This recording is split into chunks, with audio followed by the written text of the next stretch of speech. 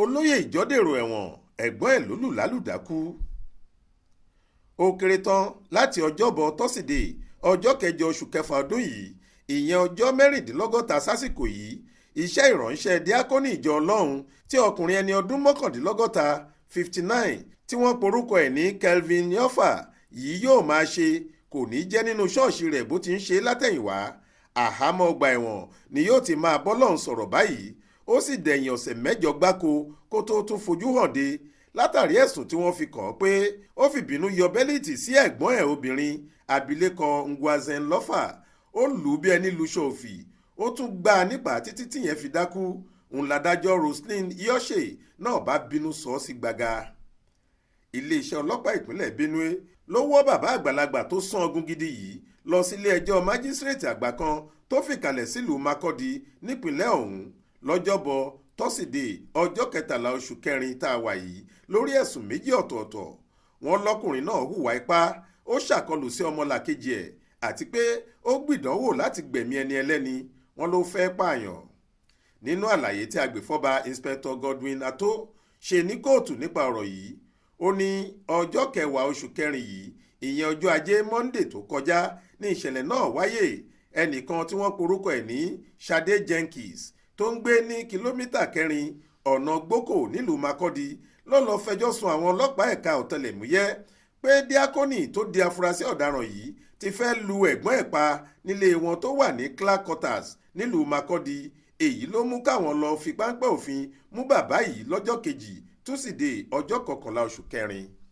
Agbèfọ́ba ní ìwádìí táwọn ṣe àti fídíò kan tó ṣàfihàn ìjà tó wáyé láàrin tẹ̀gbọ́n-tàbúrò yìí, èyí tó ń jà ròyìn lórí ẹ̀rọ ayélujára, ṣàfihàn bí ìbínú ṣe rúbọ Kevin yìí lójú, bó ṣe fa bẹ́líìtì yọ tó sì ń fi tagbára fi ẹ̀gbọ́n ẹ̀ obìnrin.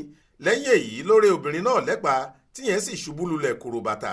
Ńlọkùnrin ìbá bẹ̀rẹ̀ sí í jan báàgì kan tọ́wọ́ ẹ̀ bà mọ́, bẹ́ẹ̀ ló ń gbá a nípà. Wọ́n ló tún la orí ẹ̀ mọ́ nǹkan eléwu kan débi tó fi ṣe obìnrin náà léṣe láwọn ibi ẹlẹ́gẹ́ ara ẹ̀. Ìgbà tó rí i pé ẹ̀gbọ́n rẹ̀ òun kò míra mọ́ ló tó yọ̀ǹda ẹ̀. Wọ́n lọ́pẹ́lọpẹ́ àwọn aládùúgbò tí wọ́n sáré ṣùgbọ́n obìnrin tó ti dákú náà. Àwọn ni wọ́n gbé dìgbàdìgbà relé ìwòsàn níbi tí wọ́n ti fún un nítọ́jú pàjáwìrì kí Ngwazen tó jí sáyé padà. Àìjẹ́ bẹ́ẹ̀ wọ́n lóbìnrin náà ìbá ti gbabẹ̀ sọdá. Nígbà tí wọ́n ń ṣèwádìí ọ̀rọ̀ lẹ́nu olùjẹ́jọ́ yìí, kò tiẹ̀ jiyàn rárá. Wọ́n ló gbà pé lóòótọ́ lòun dídùn dú ìyá fẹ́gbọ́n òun, àmọ́ ẹ̀ṣẹ̀ kì í déédé ṣẹ́. Olóbìnrin yìí múnú bí òun ni torí agídí ẹ̀ ti pọ̀ jù. Èyí ló mú kí wọ́n wọ́ ọ délé ẹjọ́. Àwọn ẹ̀sùn méjèèjì tí wọ́n fi kàn án ni wọ́n ló tako ìsọ̀rí ọ̀tàlérúgba àti mẹ́fà 266 àti òjìlérúgba-dín-mẹ́wàá 230. Ó sì ní ìjìyà tó gbópọn nínú ìwé òfin ìwà ọ̀daràn tọdún 2004 típínlẹ̀ ọ̀hún lò. Wọ́n béèrè lọ́wọ́ díákónì oníbínú ọ̀ràn yìí bóyá ó jẹ̀bi àbí ò jẹ̀bi. Ó ní mi ò jẹ̀bi pẹ̀lú àlàyé o, olúwa mi. Adájọ́ ní kó sì tọ́jú àlàyé àti àwíjàre ẹ̀ sápò ara ẹ̀ ná. Àsìkò yìí ni agbèfọ́ba rọ ilé ẹjọ́ láti fún àwọn olùṣèwádìí láàyè láti túbọ̀ túṣu désàlẹ̀ ìkòkò. Ó fi kún un pé àwọn sì máa ní láti gbàmọ̀ràn lọ́dọ̀ àjọ tó ń gbalé ẹjọ́ nímọ̀ràn lórí àwọn ẹ̀sùn báwọn yìí, ìyẹn Directorate of Public Prosecution DPP. Onídàájọ́ Roslyn fòǹtẹ̀jọ́ ẹ̀bẹ̀ àwọn ọlọ́pàá yìí.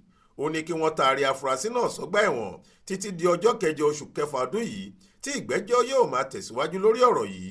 Bákan náà ló ní kò sáàyè fún béèlì rárá. Faith Adébọ́lá ló ń jábọ̀ ròyìn fún iléeṣẹ́ tẹlifíṣàn Aláròye online.